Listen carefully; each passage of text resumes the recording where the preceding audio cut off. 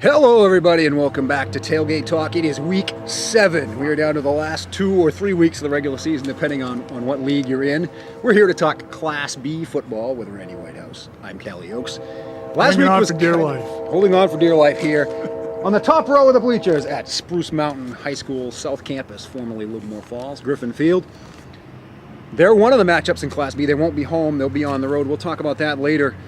Last week was kind of showdown Friday night in Class B, both East and West. We had a pair of matchups involving 5-0 teams, and I think we learned quite a lot about maybe where the power lies, that Wells in Western Maine might be just a couple of notches above the rest of the field, and Levitt Mount Blue, that's going to be a Donnybrook if and when, and should they probably play again in a few weeks. What did we come out of that learning last week? Well, I think we learned that Wells probably separated itself a little bit more in Western B than Levitt did in Eastern B. I think, the Levitt Mount Blue game kind of confirmed what we'd suspect all along. They're very evenly matched teams. And the biggest difference in that game was the 3 turnovers by Mount Blue. And also, credit to Levitt, the job that they did on Isaiah Tracy. I mean, he was almost a non-factor in that game. He had the 1 touchdown catch, but he was a non-factor in the running game at all. And if those teams meet up again, it'll probably be in the PTC final. And, not discounting any of the other competition. Gardner got Alonzo Connor back last week, but I think these are clearly the top 2 teams in Eastern B. If they meet again, it's going to be another close game. There's no question about it. But, it was speed against speed. It was not as high scoring as a lot of people expected. I expected a fairly low scoring game, relatively speaking. I think you expected somewhat of a low scoring game as well. Not 40s and 50s. Not 40s and 50s, and they're just so evenly matched that everybody has to be looking forward to another matchup between those 2 teams. And my impression of Mountain Valley was that I think last year, if you look back to when Mountain Valley beat Wells twice, including in the Western Maine Championship game, that they had the 2 best players on the field. They had Cameron Cobras and they had Christian Derlin. Wells has the 2 best players on the field this year, the Paulie and Louie show with Paul McDonough and Lou DiTomaso. They time after time, they just bail Wells out. Wells was running up the gut, running that fullback trap with DiTomaso that they've been running since the 90s, if not before.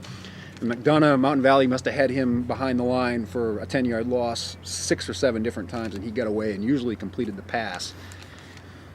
There is definitely a gap there right now. I think Mountain Valley, you never count them out because the second time around, we've seen them against Cape Elizabeth, both in a win 3 or 4 years ago, and in another playoff game 2 years ago where it was much closer the second time around. I don't think you discount the Falcons at all. All those teams, of course, matched up with different foes this week. Certainly on the eastern side with Levitt at Oceanside and Morse at Mount Blue. It's probably not a reason to belabor the point with those 2 games. No, not really. Those teams should be able to, Mount Blue should be able to get back on track, and Levitt should be able to keep its momentum going, no question. Mountain Valley has an interesting game at home. 2 5-1 teams now with Greeley with a 5-game winning streak. They lost that exciting game to Spruce Mountain early in the year.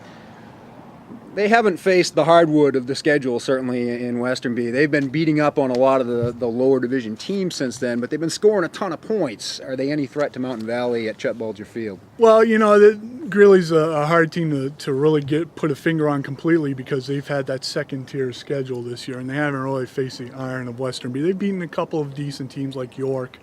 And they have a couple of playmakers. I saw them in that opening game against Spruce Mountain, and they have some speed. They have guys that can have the big plays in the running game. The passing game isn't much of a threat, but Mountain Valley certainly needs to keep them contained, no question about it. They have to keep the plays in front of them. They can't let them run in big chunks, but I would think Mountain Valley, especially coming off a loss, I mean, they're kind of like the Patriots when it's coming off a loss, when it's so rare that they usually come out with a little bit of an attitude the following week. So, I wouldn't want to be Greeley this week. No, Mountain Valley a little banged up after the Wells game. Certainly both the running backs took a pounding in that game, so it'll be interesting to see who's back there and making the plays on Friday night. Speaking of the Spruce Mountain Phoenix, they haven't played the softer schedule. They've been in the top tier because they were one of the new teams and the combined team, and the perception was that they were going to be in that upper echelon. They've kind of been working their way back up there against some of the lesser teams now. 3-3, a chance to solidify a playoff spot in Western B. They will be at Marshwood.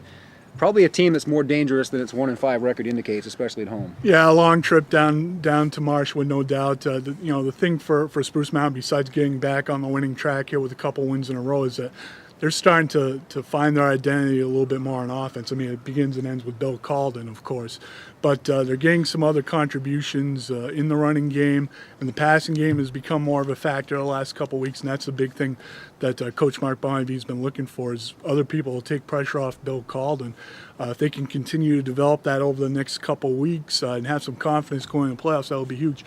I think another thing that they need to work on is their defense. That's been a little bit of a problem. Of course, injuries have had a part in that. No question about that. But that's part of high school football. But they can start to play a little bit more solid defense, start to get more 3-and-outs, and keep some other opponents off the scoreboard. That'll certainly go a long ways towards helping them in the playoffs as well. The fifth and final game in Class B, Greater Gloucester at York. Definitely two teams building toward the future. And I guess as we're building toward the future, we're thinking playoffs, and both those teams certainly aren't going to be there, but maybe we'll be heard from in the next few years. But after this Friday night, we're going to know a lot more about the 2011 playoff race after the results of those games. Check them all out in the printed edition of the Sun Journal at sunjournal.com/SJ Varsity. For Randy Whitehouse, I'm Callie Oaks. See you later.